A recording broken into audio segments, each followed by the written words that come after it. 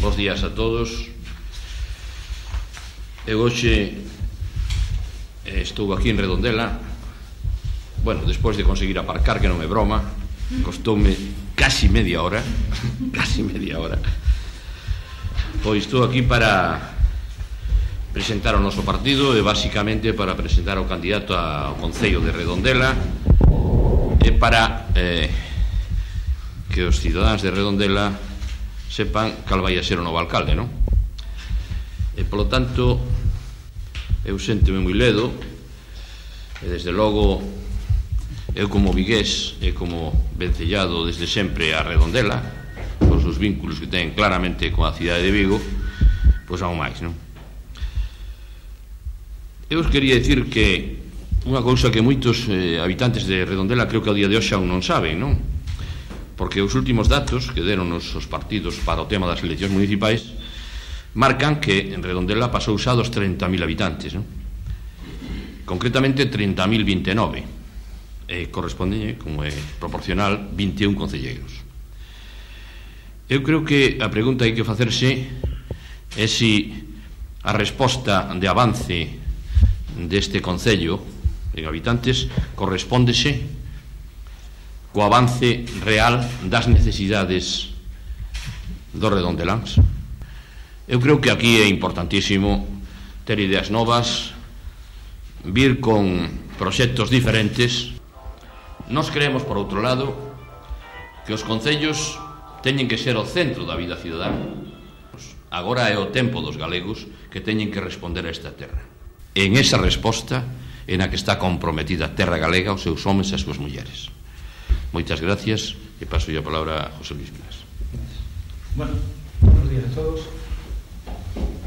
Muchas gracias por asistir a este acto de presentación del candidato de Terra Galega a la alcaldía del Concello y muchas gracias por asistir para divulgar este acto a todos nuestros conciudadanos.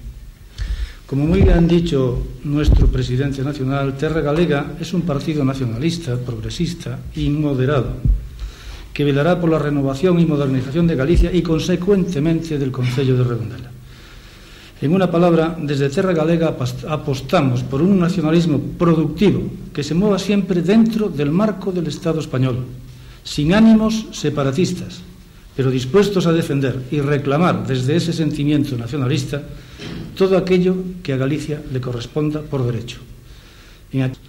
La implantación de un impotente y diversificado tejido industrial es igual a generación de empleo, es igual a generación de riqueza y, por lo tanto, es igual a bienestar social de todos nuestros ciudadanos, que al fin y a la postre es lo que buscamos. Pero, consecución del plan general que ofrezca seguridad jurídica a promotores y compradores de viviendas, la industria y el comercio para que por fin se defina el modelo de ciudad que necesitamos. Segunda, promoción de suelo industrial, creación de al menos 2 polígonos industriales diversificados y competitivos para atraer la instalación de empresas y servicios. Tercero, apuesta decidida para conseguir un modelo turístico para Redondela que promocione la villa a nivel nacional e internacional y la promoción del turismo náutico. Cuarto, descentralización de los servicios municipales, acercar el ayuntamiento a los ciudadanos. Quinto, crear una oficina municipal virtual, servicio web donde los vecinos podrán realizar gestiones que ahora les obliga a desplazarse al ayuntamiento. Creación de una red municipal con acceso wifi gratuito o con una cuota mínima para los ciudadanos empadronados.